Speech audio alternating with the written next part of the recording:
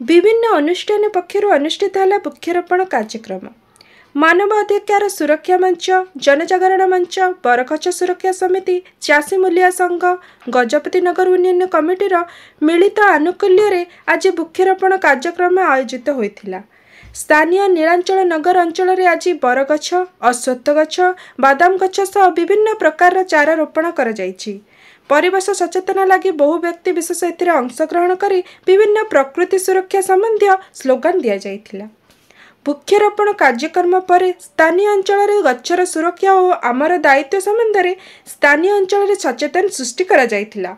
आजिर कार्यक्रम में परिवेश प्रेमी गगन चंद्र मल्लिक, सुशांत कुमार स्वाई, कान्हूचरण पात्र, गुणनीति बेहेरा, लोकनाथ परिडा, श्याम सुंदर खाड़ांगा, अशोक कुमार दलाई, पी नागेश्वर राव, स्वर्णप्रभा मिश्र, अबने गया प्रमुख अंशग्रहण करथिले। नियमित भावे एभली भावे परिवेश सुरक्षा कार्यक्रम चालू रहबे बोली उपस्थित प्रकृति प्रेमी माने मत व्यक्त करिसंती।